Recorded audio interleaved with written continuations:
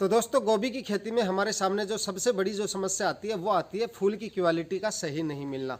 तो दोस्तों गोभी की खेती में इतना मेहनत और इतना इंतज़ार हमें करना पड़ता है। सबसे पहले नर्सरी जो तैयार करते हैं महीना भर उसमें लग जाता है। उसके बाद प्लांटेशन के बाद करीब 60 से 70 दिन का समय हमें उत्पादन लेने में लग जाता है। इतना इंतज़ार करने के बाद हमें पता चलता है कि जो हमारी गोभी है उसमें जो फूल निकल रहा है उसकी क्वालिटी हमें सही नहीं। नमस्कार दोस्तों, मैं हूँ सुरेश और आप देख रहे हैं खेत किसान झुंझुनू यूट्यूब चैनल। दोस्तों चैनल पर पहली बार आए हैं तो चैनल को सब्सक्राइब कर लें और साथ में नोटिफिकेशन बेल भी ऑन कर दें, क्योंकि इसी तरह के कंटेंट मैं इस चैनल पर लाता रहता हूँ। तो चलिए वीडियो स्टार्ट करते हैं। और कारण हमें समझ में नहीं आता है। होता क्या है, हमारी जो क्वालिटी होती है, जो सीड क्वालिटी होती है वो भी सही रहती है। हमने सीड सिलेक्शन भी सही किया है, यानी अच्छी कंपनी का जो सीड है वो हमने लिया है, हाइब्रिड सीड लिया है, उसमें भी कोई दिक्कत नहीं है।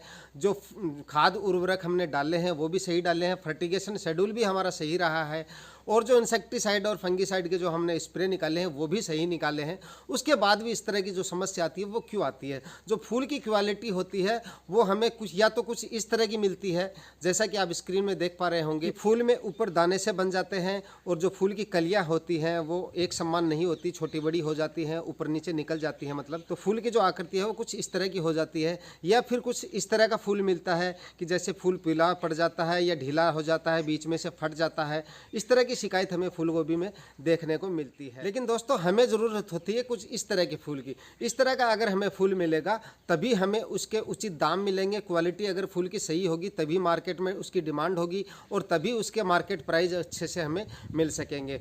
तो ये मतलब समस्या जो आती है वो क्यों आती है, कि ये समस्या आती क्यों है?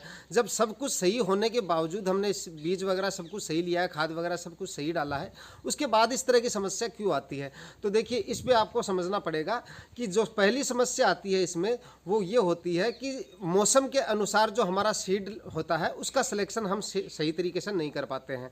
देखिए जैसे सीड हमें नर्सरी डालनी होती है, जिस सीड की हमें जून में नर्सरी डालनी होती है उसकी हम अगस्त में नर्सरी डाल देते हैं, या फिर जिसका अगस्त का जो बीज होता है उसको हम मतलब जून या जुलाई में डाल देते हैं। यानी मौसम के अनुसार सीड का सिलेक्शन सही नहीं कर पाने की वजह से इस तरह की जो शिकायत होती है वो हमें देखने को मिलती है। एक दो वीडियो में मैंने पहले ही बताया कि गोभी का, फूल गोभी का जो सीड होता है वो हर महीने का अलग होता है, और यही वजह होती है कि अगर हम गलत समय पे गलत सीड डाल देते हैं तो इस तरह की समस्या हमें देखने को मिल सकती है। एक कारण तो ये होता है, और दूसरा जो कारण होता है वो ये होता है कि पौधों में जो हम खाद उर्वरक डालते हैं उसमें जो नाइट्रोजन धारी जो उर्वरक होते हैं वो हम ज़्यादा डाल देते हैं। सबसे बड़ी समस्या एक ज़्यादातर किसानों के सामने यही आती है, खाद उर्वरक होता है उनका सही बैलेंस नहीं होने की वजह से जो नाइट्रोजन धारी खाद जो होती है वो ज़्यादा डालने की वजह से इस तरह की दिक्कत हमें देखने को मिलती है। कलियाँ एक समान नहीं रहती हैं, कुछ कलियाँ ऊपर निकल जाती हैं, कुछ नीचे रह जाती हैं, और या फूल मतलब फूल ढीला हो जाता है। इस तरह की जो समस्या होती है वो उसमें ज़्यादा नाइट्रोजन धारी उर्वरक जो होते हैं उनको डालने की वजह से हो जाती है। तो ये होती है, ये मेन कारण जो होते हैं ये दो ही कारण होते हैं। तीसरा जो कारण होता है, एक समस्या और हो सकती है, वो भी इसमें हो सकता है, यानी जो सुंडी वगैरह का जो प्रकोप होते हैं या फंगल इन्फेक्शन जो हो जाता है फूल में, वो भी एक समस्या होती है। लेकिन उसको किसान आसानी से पहचान लेते हैं कि ये समस्या इस तरह की है, इसमें कोई रोग लगा है, तो उसको तो पहचाना जा सकता है। लेकिन जो फूल स्वस्थ दिख रहा है, केवल फटा हुआ है या पीला पड़ गया है या ऊपर दानेदार टाइप हो गया है, इस तरह की अगर समस्या है और कोई रोग नहीं नज़र आ रहा है तो उसके दो ही कारण होते हैं, या तो नाइट्रोजन धारी खाद ज़्यादा हो गई है या फिर मौसम के अनुसार बीज का सिलेक्शन सही नहीं हुआ है। ये दोस्तों ये तो हो गया हमारे जो फूल गोभी है उसके फूल का जो खराब होने का कारण होता है वो हो गया इसका। अब बात करते हैं इसके उपाय की। तो दोस्तों अगर आपकी गोभी इस अवस्था में आ गई है, यानी फूल अधिकतर 50% से ज़्यादा फूल बन गए हैं और उसके बाद अगर फूल खराब हो रहे हैं, जो फूल खराब हो रहे हैं उनकी रोकथाम करना अब इस अवस्था में मुश्किल है, और अब इसकी रोकथाम आप नहीं कर पाएंगे। चाहे आप कुछ भी स्प्रे करें या कोई भी खाद डालें, फालतू का खर्चा करने की यहाँ पे ज़रूरत नहीं है।